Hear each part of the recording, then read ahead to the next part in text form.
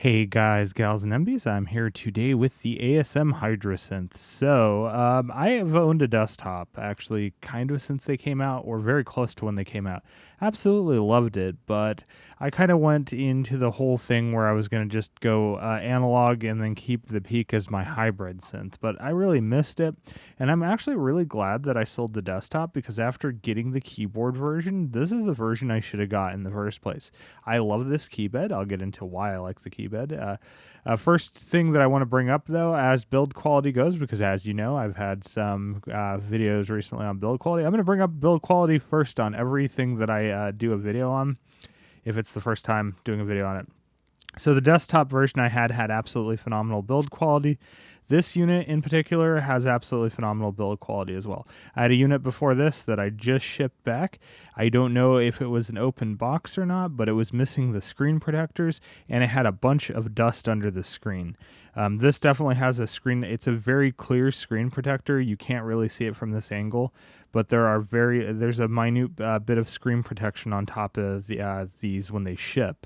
My other unit didn't have it, and there was a bunch of dust under the main screen. I mean, it was an unbelievable amount of dust. If you look at my social feed on YouTube, you'll see a picture of it. But yeah, that said, this unit is phenomenal. No issues. All the knobs are fantastic, just like on the desktop that I had. These do, I think I brought it up in my Prophet 6 video because these are very Prophet-esque knobs. These have the thing where they look like they're off center when you turn them because of the knob themselves. I mean, okay, you can kind of see it here. So do you see how that's kind of like wobbling? It's not. If you move them, it doesn't actually wobble. It's not like the potentiometer itself is like moving. These potentiometers are absolutely nice. Actually, these aren't potentiometers; these are rotary encoders. But that said, they are as fixed to the top panel. So it's like they're all bolted in and everything. So they feel phenomenal. These knobs are dinky, but like I said, they're just like on the Prophet where they look like they're actually spinning off axis when they're not. It's because they're a 3-part knob. There's plastic, there's a little cap on top, and then there's a silicone or I'm guessing it's definitely not like latex rubber or anything like that because I have a latex allergy. So I just I mean, it's not like deadly, but I break out when I touch it. So I'm guessing it's not latex. But okay, so anyway, that said, let's look into the actual synth itself. Build quality, I said, phenomenal. I love this, though.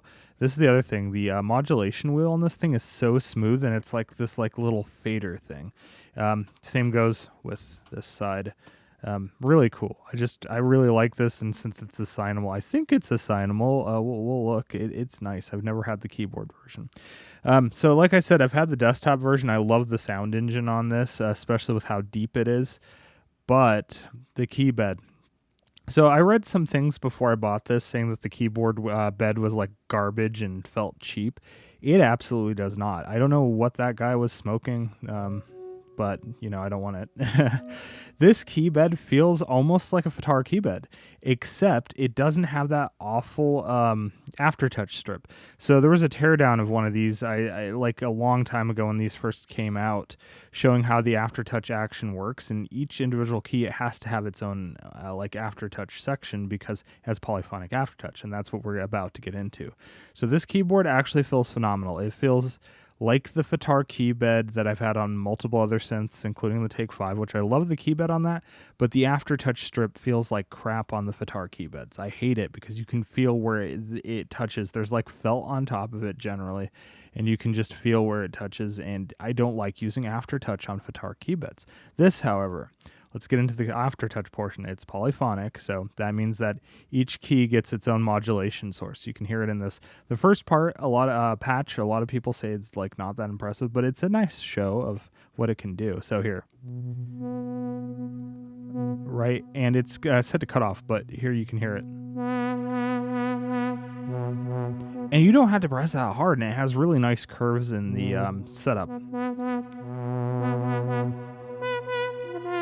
But here's the thing, since it's polyphonic, each note that gets sounded has its own, obviously, filter, well, emulated filter. But so if I want this one to have no filtering or a lot, you can do that. And then if I bring in another note,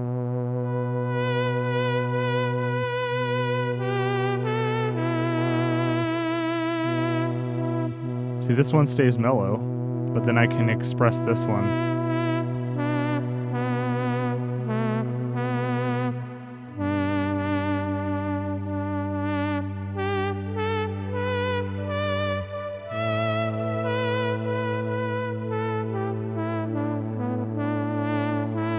And it's like, because of how nice and smooth the aftertouch feels, at least in my opinion, then it is just, I want to use it. I don't generally, like I said, use aftertouch on Fitar keybeds because I just don't like the feel.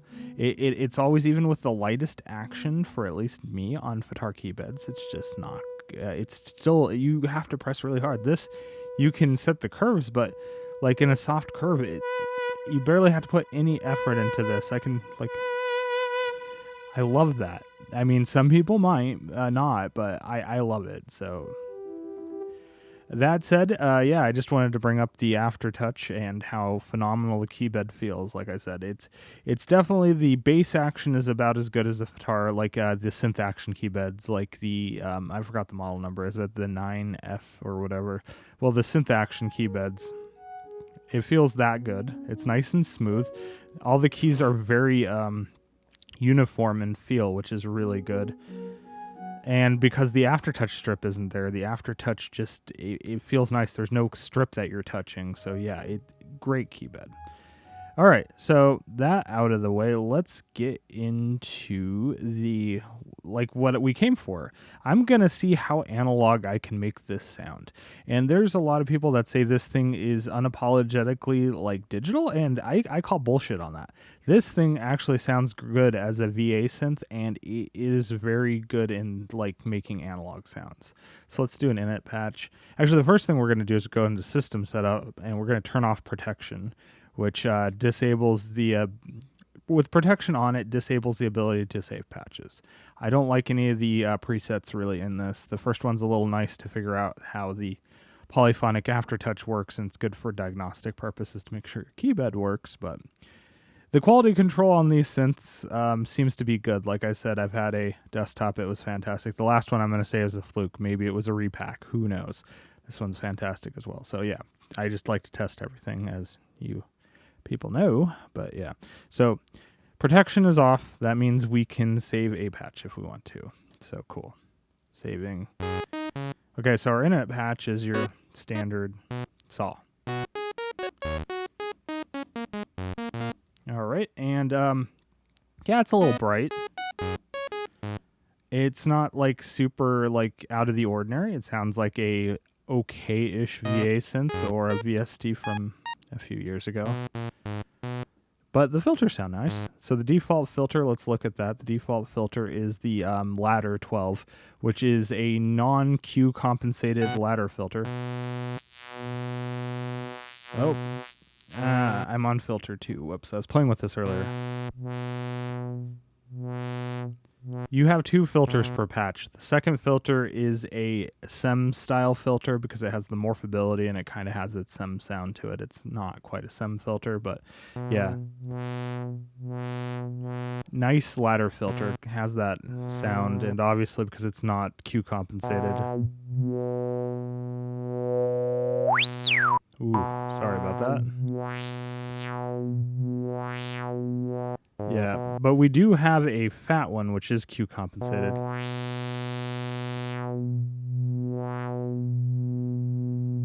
So yeah, filters sound pretty nice, and there's plenty of them, but that's not what we're going to get into yet. We're going to get into the filter soon. But the other thing I need to bring up is the interface is fantastic. Everything is laid out here, and it lights up. Each of these sections lights up with what's exactly happening. So like envelope 1 is triggering, envelope 2, all these envelopes are triggering. You see the LFOs here.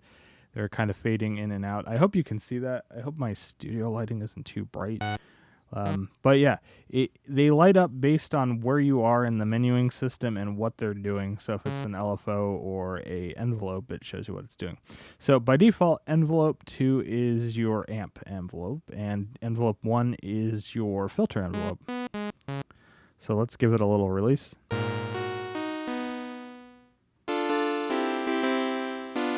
Oops. A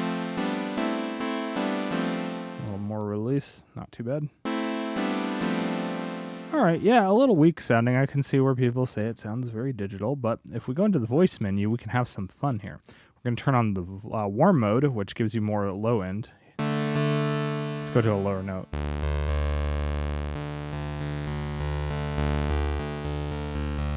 You have to re-trigger a note for this to make any difference, so just be aware of that. Oh, I guess you don't. It kind of fades in. All right, so cool.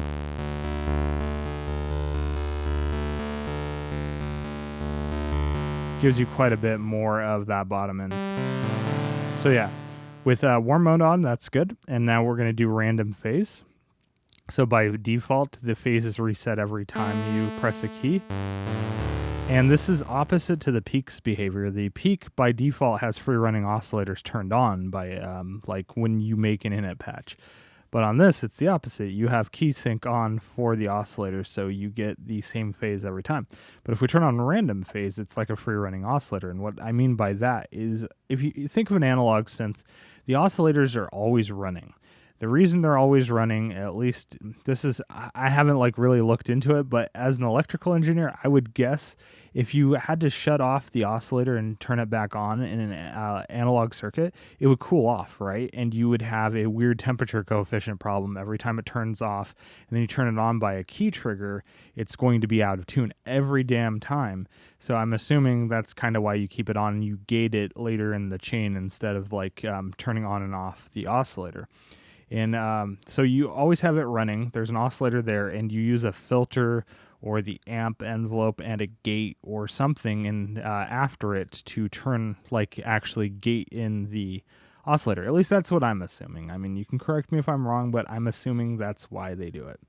So on a digital synth, you don't really have to worry about that. So you usually have the option to have, well, on a lot of VA synths, at least these days, you have the option to reset the phase every time. I guess you can reset the phase on an analog synth by doing kind of like oscillator syncing and things like that. But so yeah, like I said, you don't turn off the oscillator. So every time you ungate a note, you're hearing a different part of the waveform. And by turning random phase on, we're doing the same thing. So I guess it's not really super evident, but I guess it kind of is. So let's turn it off.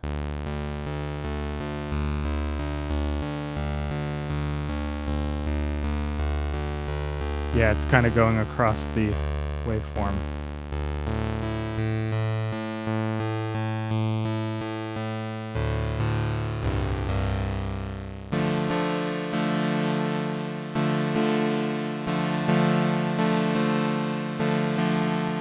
Okay, it sounds a little like more lively when you turn it on. And then you have analog feel, which is kind of like the vintage knob on modern Dave Smith / sequential instruments, which I love that knob, and that's kind of why I like their instruments, amongst other things. But so this will be more heard on a chord. Let's go up.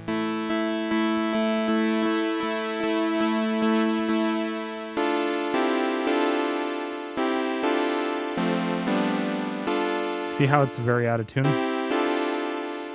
And then now it's less out of tune. I turn it around the 50 mark.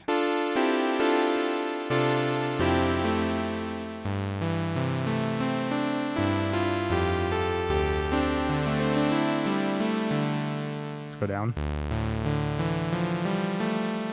And yeah, it's really sounding quite nice and analog. So another thing we can do is, I love using the stereo width. It's one of my favorite things, again, on sequential instruments, is you have usually a pan knob right on the front. I really wish that the Take 5 had a pan knob on the front. You didn't have to do it through the menu, but it is what it is. So I turned this to around 100. I think the max is 127. Now let's do it around 80. So by default, we have alter mode, that each note is played on a separate part of the stereo spread.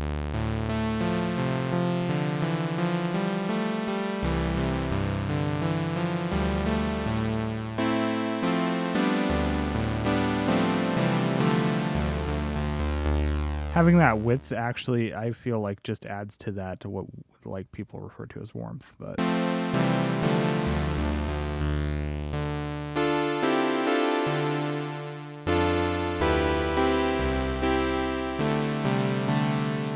Yeah, I think it's starting to sound really beautiful. Now that's without even touching the mutants or the filter and like some of the effects. The chorus on this thing is really good. I was actually surprised how good the chorus is. I had a shootout before between the Hydrasynth desktop and some digital chorus pedals like the Ola and the Tricera chorus.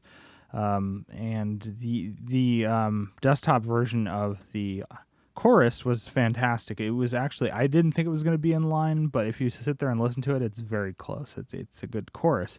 This is obviously the same chorus as the desktop, but we'll get into that in a second. So let's look at the filters. I like to use the low pass FAT 24, which is a 24 dB per octave. It's a nice slope, and it has some Q compensation. So we change that up here.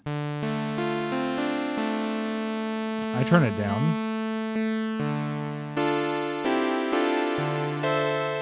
A little more.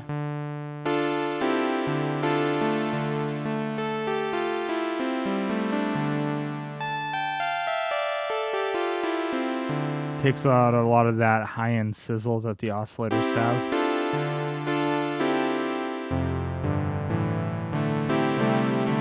And now I add a little bit of drive. So we have drive controls. This is like, I really love these knobs, and we have so many of them up here. So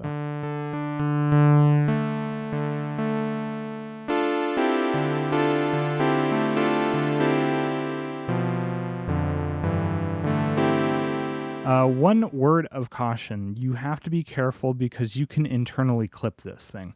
So inside the digital realm of this thing, since it's obviously all DSP based, it's not a hybrid synth, it's all on one chip. It's Medeli, who's the parent company to this. I guess they spin their own silicon. It's probably not. It's probably like an all-winner or something like that, just branded for them. I'm just assuming, given that they're Chinese or Hong Kong based.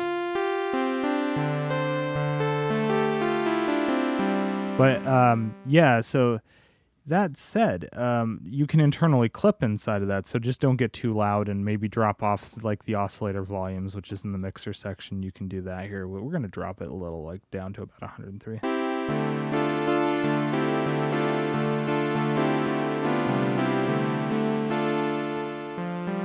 So yeah, it's sounding a little bit dull and muffled, but then we're going to, with that amount of drive, we're going to use a bit of the envelope for the filter. So let's go back there and let's add a little bit. Okay, cool. Let's add some release to the filter.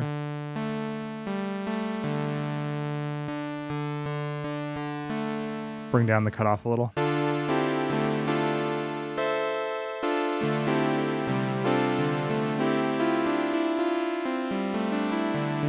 Maybe a little more drive. I love having an oscilloscope. A little more cutoff. Actually, let's drop that down and have a little more envelope.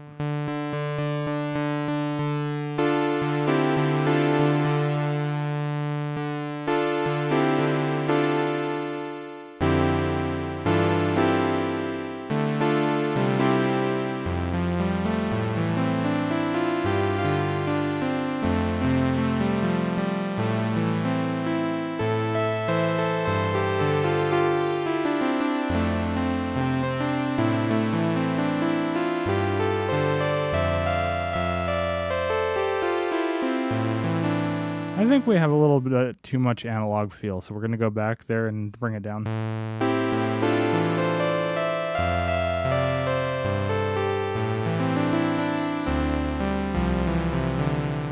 Yeah, that sounds very analog. I'm coming from, I know some people are going to be like, oh, it's digital, it's never going to sound good, okay boomer, basically, with that one. But this sounds really damn good, especially like if you really want to see it, maybe we'll do a comparison against the Trigon. This is very similar architecture. We have 3 oscillators. I mean, 2 of them have mutants, so that's an unfair comparison. We'll get into mutants in a second. But yeah, especially since this can have a ladder filter. Unfortunately, the Trigon, which I love, doesn't have a Q compensated filter. I wish that was a thing.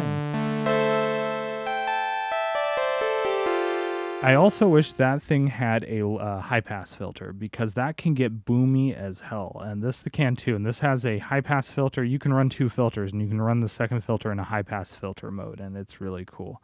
But that's out of the scope of this video. I mean, I guess we'll listen to the filter, but yeah. So yeah, we could go through the filters really quick with the exact same envelope we have here. So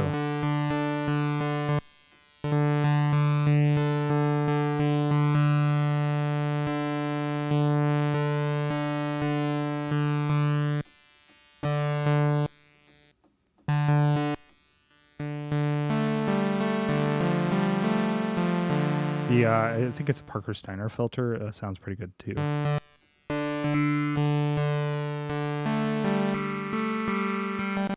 Anyway, let's go back to the Q compensated, the fat low pass filter or ladder. Sorry, let's go to fat 24. Yeah, that's a ladder filter, I think. Yeah. So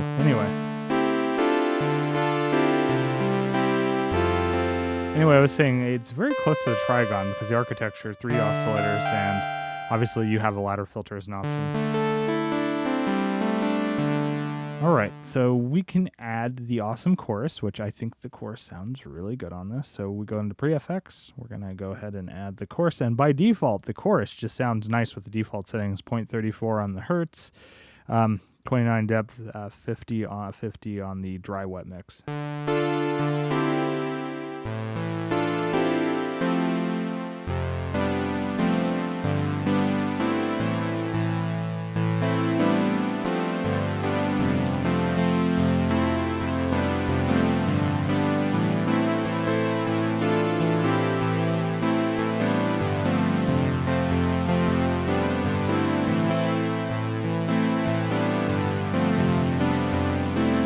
I mean, even without the effects turned on, because of that stereo spread, we get such beautiful, like, just lushness.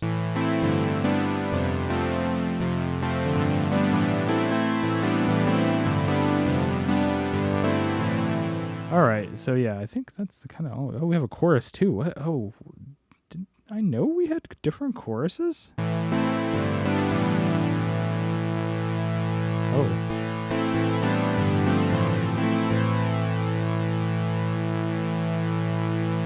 Well, I guess you can set that. Okay, that's interesting. All right, well, chorus 1's nice. So yeah, and that's not even adding like a delay or a reverb. I will say, reverb, just like every other synth except the Peak that I've ever owned, the reverb is not ideal. I mean, it's not super... Okay, it's pretty bad. It's very ringy and comb filtery. I mean, we could listen to it in a second, but let's listen to the delay. The delay isn't half bad. It's a little weird on how much gain it gives you or not.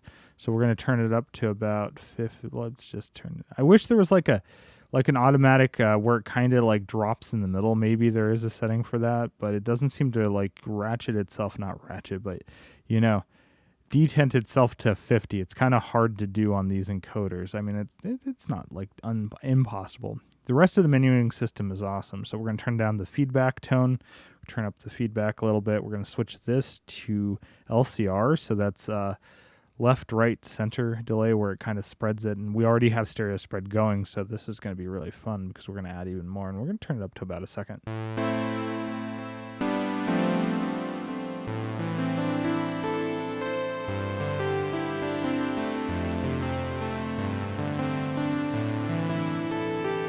Turn it down for a little more rhythm.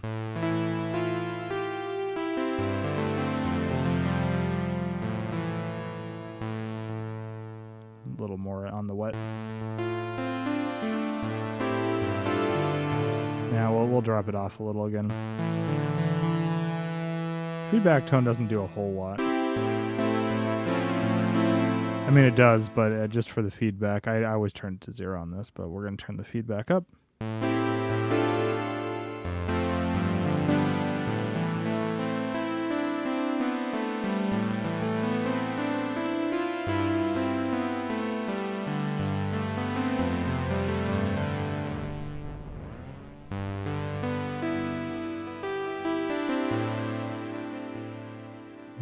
do want a little more feedback tone. It kind of detents at 32, which is, I guess, its default. So why can't this do the 50-50 like that? Oh, well. Maybe I should read the manual. Ha. Yeah, we'll give it a little more feedback tone. Okay, it's the opposite. Disregard what I said. You want the feedback, the tone all the way up.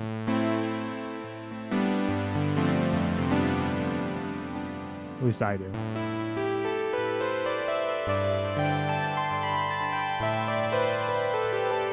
Like I said with the filter drive, listen to how like warm and lush that sounds. And mind you, we're only using a sawtooth oscillator right now. We're literally just in the sawtooth oscillator. And one of the cool things with firmware update 2.0, which you can obviously do to any unit in the Hydrasynth line, and the other thing I should say, the other cool thing about this, all of this is true for every single unit. The Hydrasynth Deluxe obviously has 2 synth engines, so it's got that going for it, but even the Explorer and the desktop, you can do the same things. It's just a little different on the menuing system. But yeah, so bit reduction was what I was going to say in 2.0, which is really cool. We can turn it down, and you see it on the screen. You see how it actually, like on a 2-bit, it obviously is going to change into a square wave.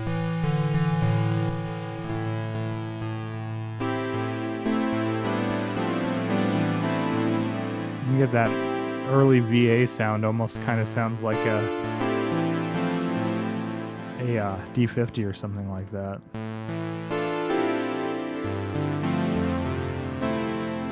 I don't know. I mean, I'm probably gonna somebody's gonna say no, but I feel like the D50 was the original VA synth, wasn't it? I mean, that's not what it set out to do, but it has a lot of VA functionality.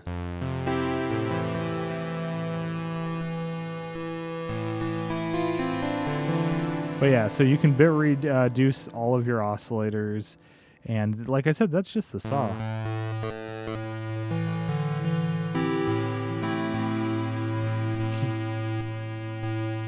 It's kind of funny that all that's going to really happen with the square is you're really just going to make it louder because you don't have much dynamic range there. But yeah, so that's just, we're not even going into the wavetables, which this is obviously that's.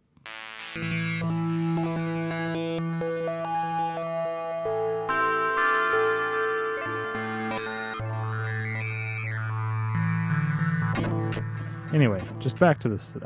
Just back to the saw. Like I said, or I think I said that in the beginning. This is kind of just an overall, like, let's make it sound warm. Let's make it sound analog.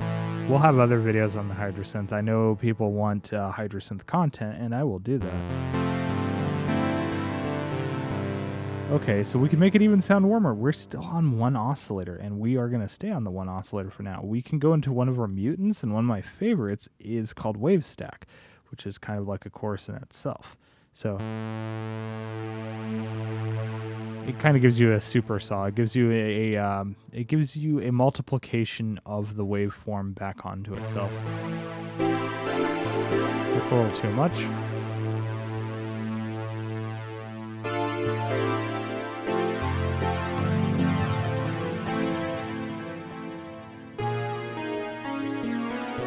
A little too phasey when we're up too high.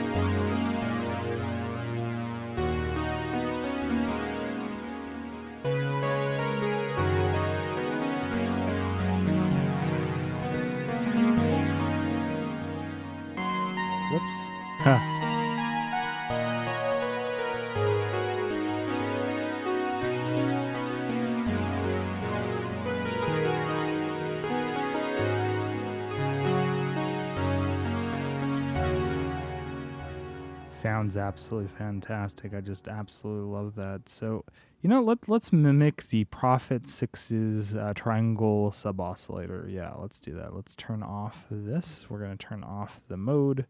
Make sure that's off. Linear is the default. Linear FM.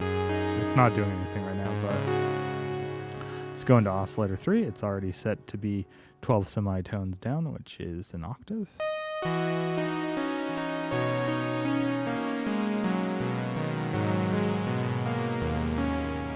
So to do that, what we're going to do is we're going to change this to a triangle, and we're going to bring it in with the, let's see, mixer, sorry.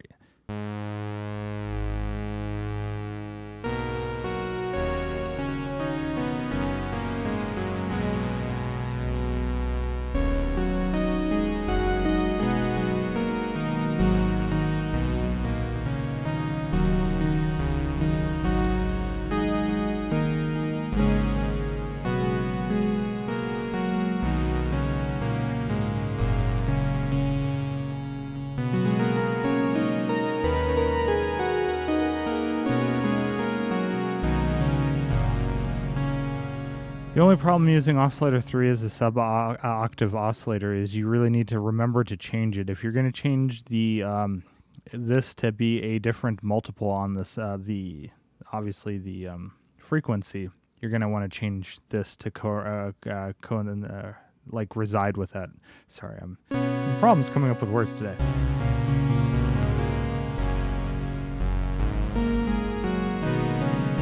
Like so, if I, for instance, change this to 12 semitones up, I go down here, and to this, I'm going to turn this to 0, if that makes sense. So it'll be within.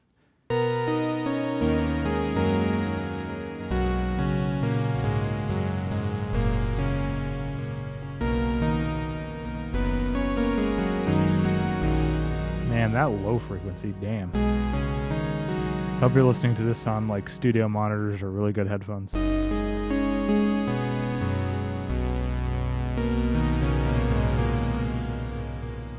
Let's do my favorite thing, and that is to add a second oscillator that is tuned a fifth above the first.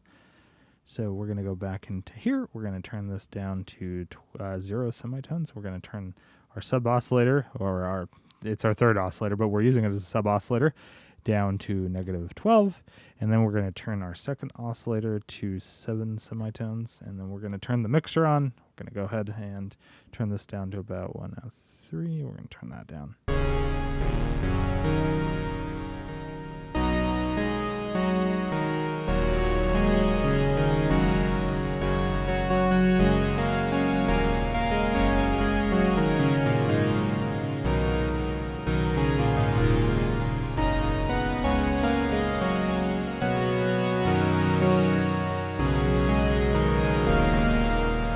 I wouldn't call that harsh at all. I mean, I can bring down a little more of the cutoff.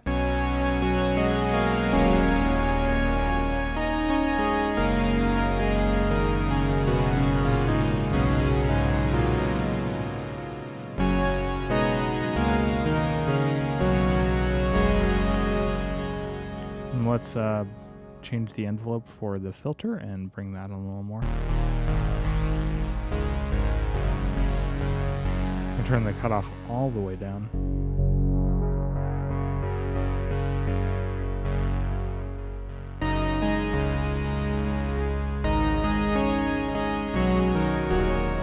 God, that sounds wonderful.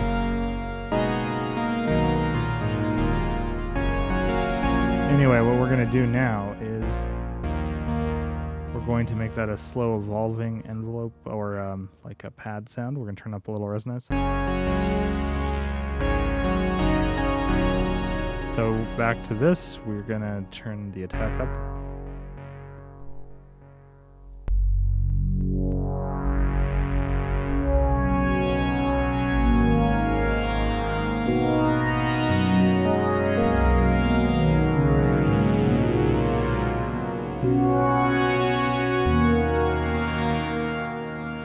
Yeah, gorgeous. So just that, oof, that low end.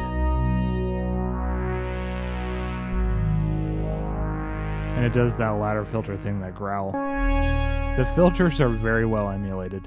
The MS-20 filter isn't like spot on, but it is well emulated. Since we have some resonance up, let's listen to that really quick. Let's go over to the...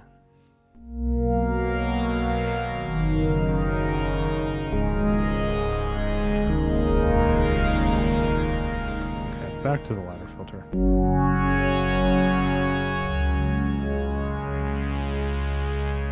I think that has like one of the best sounding faux ladder filters in a hardware synth. I'm sure there's plenty of software synths that sound great.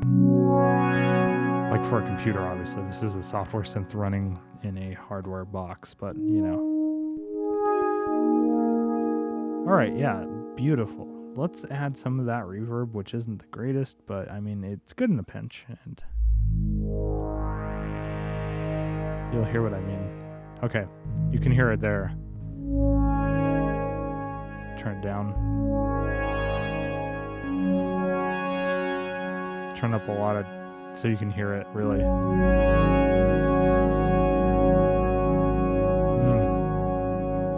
lot of harsh overtones, a lot of weird harmonics, a lot of comb filtering. It just doesn't sound nice. I just don't like it. That goes for all of them. They all kind of have that overarching thing. Even the cloud algorithm, which, you know, should sound nice and smooth, it doesn't. Listen to the reverb tail, all right? We're gonna turn the tone up. Tone control being down helps a little, but...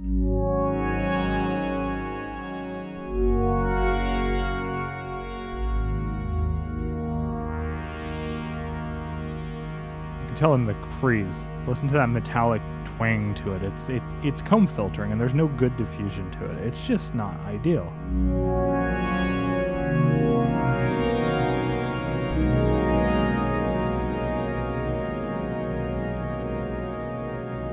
The more I listen to it, actually, that's a pretty nasty reverb algorithm.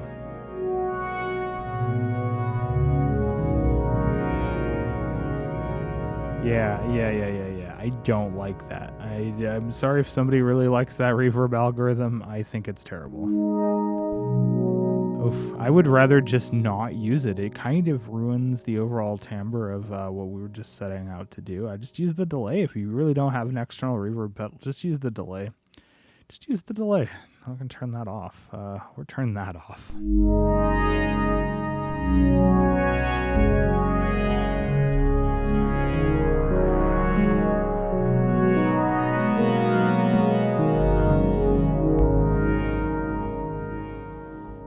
As you can see, I mean, yeah, there's a lot of menu diving, but it's laid out in such a lovely manner that it's easy to handle. You really don't have to think about it all too much because you have this, you have all these rotary encoders, and the encoders are the nicest part. I have a little piece of dust there that's bothering me.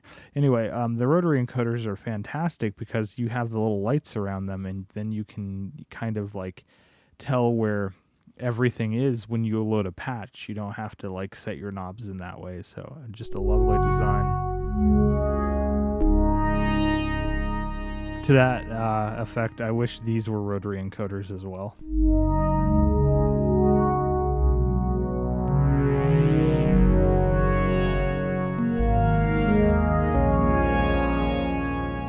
Sounds very, very good. I love it. I really do. Yeah, I guess, you know what this really reminds me of? This is like a modern day Blofeld. Yeah, I know somebody's going to come out, oh, but the Blofeld can do like 30 voices of polyphony or some bullshit like that. It cannot. I've had a Blofeld. I had a Blofeld many years back. I think I had one very close to when they were first released back in like 2010 or 28 or 2008, somewhere around there. Anyway, it was pretty okay at the time, but you really ran out of that polyphony like crazy. Like you add one of the PPG wave filter, for instance, that just halves your polyphony like crazy quick. You want to use that comb filter, which is phenomenal. It's really cool having a comb filter in it, but that comb filter drops your polyphony to like 3 or 4 notes. It's insane. Yeah, it's multi-timbral, but if you're using some really cool effects on it, like in terms of the filtering and stuff like that, the effects are garbage.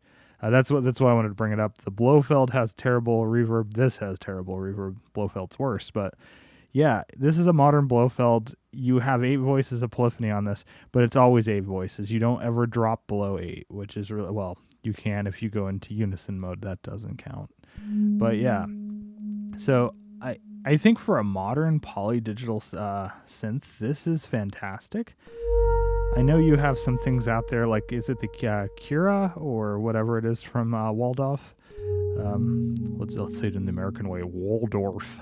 Anyway, the Kira has like 128 voice polyphony based on FPGAs, but that thing was just recently discontinued, and I didn't think it sounded all that great, which is unfortunate. But yeah, modern day Blofeld with 8 voices of polyphony. I think this is it.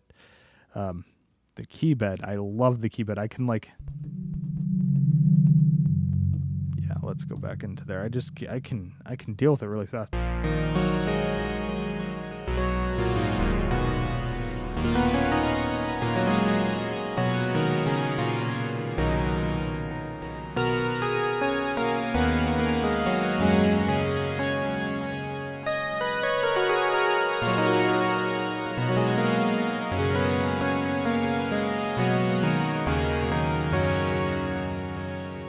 Fucking love that. It's just good. Oh, and we didn't even talk about the touch strip. I'm not a big fan of it. It works. It's just I don't like it as an expressive input. I know it's reminiscent of the CS80. I do like the fact that wherever you start it is wherever it starts, and it's bipolar too. So if you start here, you can go down.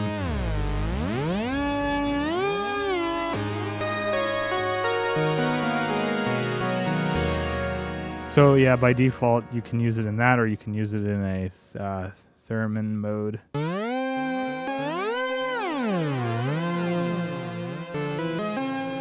And it gets its own voice, so basically, I think you get 9 voices of polyphony in that case. But you can use it to control your mod as a mod destination as well, so, or source. It's not a destination. It's not going. Something's not going to modulate that. I would hope not. I mean, what would it do? Jump out at you? God, that's a good sounding synth. So moral of the story is this thing can sound warm. I don't understand the people that come out and say that it's harsh and digital, because I think it's just people's lack of experience on dealing with a VA, and they just want to be, one of those people that just apes everybody else saying, "Oh, it's so digital sounding."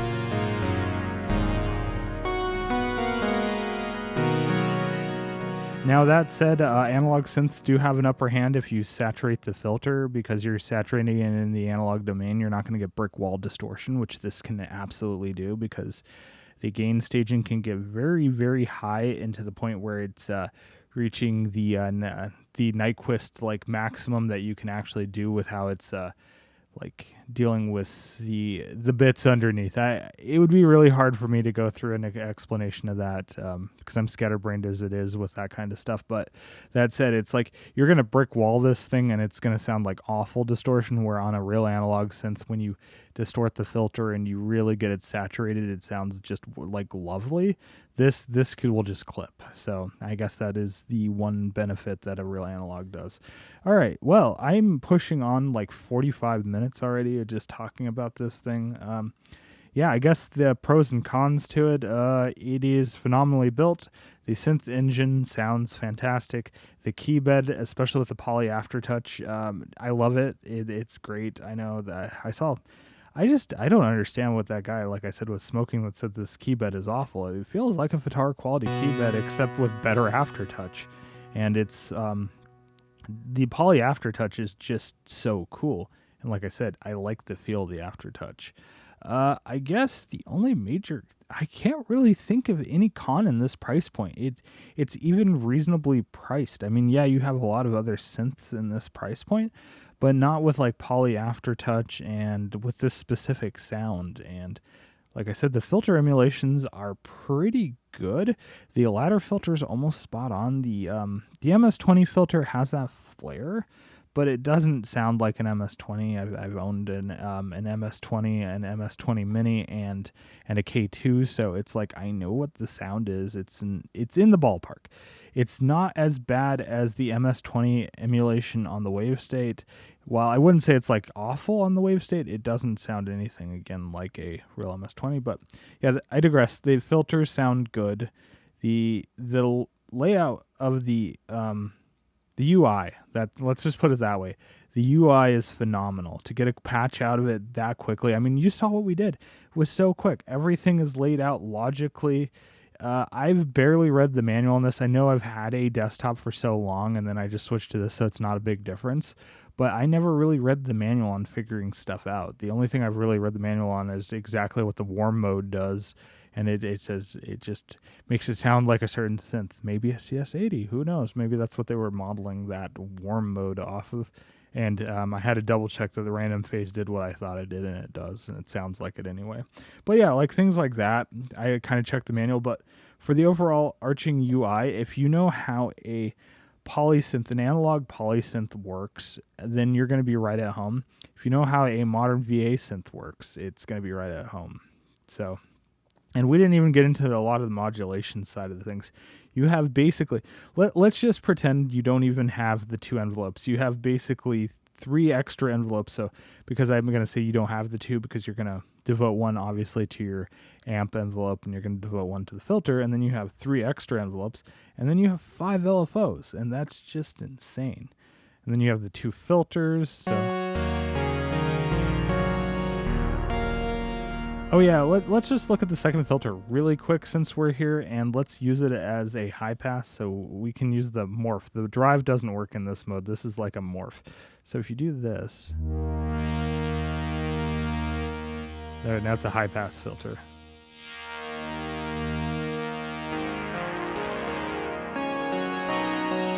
We're still using the other filter, and it's set in series. You can set the routing, I believe. I don't remember how you do that. Okay, maybe there's some things I have to read the menu on, but you should be able to route it. Oh, right there, filter routing. I didn't even have to check. It's in the mixer, so you can set it as parallel. And then series, obviously, is what we would want if we're using it to tame the low end. So let's do that really quick. Since we have so much low end, let's go to filter 2. Filter 2 here.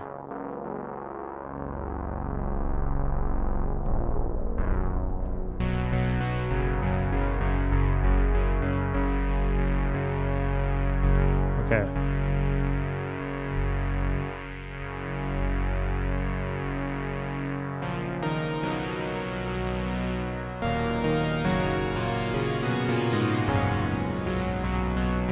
Still a lot of low end, but at least it's not as rattly as it could be, especially if you're in like a live situation or something where you're like using this through a PA or whatever, or like one of those Roland Cubes keyboard amps.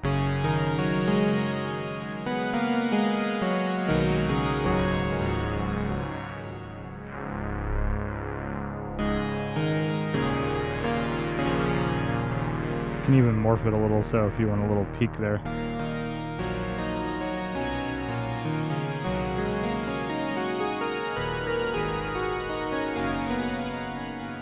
All right, so yeah, we looked at a lot of functionality. Okay, like I said, it's getting long. Went over my pros and cons, and we're going to see this in other videos. I have this, the real reason that I really needed to get another one, it's not like okay, I guess it is just a want, but I made this awesome like choir patch for this a long time ago with the desktop, and I've really not found another VA or even analog synth that could really do it. So yeah, we're going to do a choir pad, we're going to do some fun pads, we're going to do some really cool string things in some upcoming videos on the Hydrasynth, and yeah.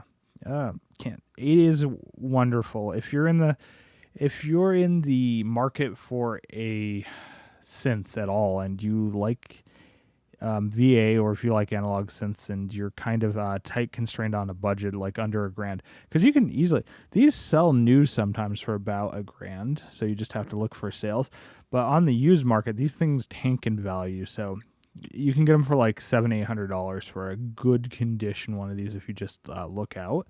it is like a bargain. I mean, yeah, it's still expensive. I'm not going to say, oh, like a grand is expensive, but like in the grand scheme of things, and compared to like a Prophet 6, obviously, which, or like one of my OB6 or my Trigon, the ones that I ended up keeping, it's a bargain. Even compared to like a Take 5, the Take 5 is like $1,500, and it's just, and you get so much more. This is more synth. Obviously, they sound different, and you really have to make up your mind of what you like the sound. But if you need an overall synth that can do lots of things, the Hydrasynth is really it. I know it's like meme worthy now when you just tell somebody, "Oh, I need something in the $1,000 range." Well, yeah, it's always going to be Hydrasynth. That's always the answer to everything. Like, I accidentally broke my leg.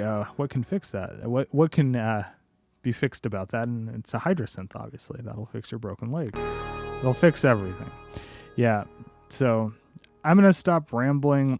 If you're in the market and you like the sound of a VA synth or even analog synths, you can get very good analog sounds out of this, and you're not going to be like really hurting the bank as much as other synths out there, especially true analog synths.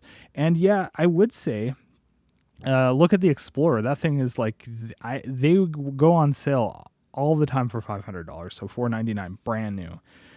Sweetwater always like seems to like every 6 months put it on sale for that. I guess it's probably with ASM telling them they can, but yeah, look at the Explorer. That's $500 to $600. Well, no, wait. Let me think of that. Is it? I think it's $500 by default. It's $499, right? So yeah, and then you can get it as low as $400, so $399 or something along those lines. So yeah, you get the same synth engine. You get a okay keybed. It's not anywhere near like this, but it's about on par like with a Keystep or something like that, or the Mini Freak.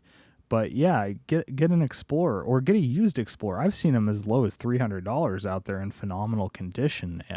I would get that over something than a Korg Minilog or an XD, the OG or the XD. I would absolutely get a Hydrasynth, the Explorer, or like find a used desktop for cheap, and then pair your own keybed with it if you don't want. It's not like the keybed on the XD is phenomenal anyway, so like just grab the desktop version, grab your own keybed, or just get the Explorer. I feel that the Explorer's keybed is on par with the XD's, except it has poly aftertouch on the Explorer. So yeah, so absolutely great beginner synth, absolutely great advanced synth. So yeah. All right, thanks for watching. This video is extremely long. If you've stayed this far, yeah, thanks for watching. I guess like, comment, and subscribe if you haven't subscribed. Yeah, see you next time. Bye.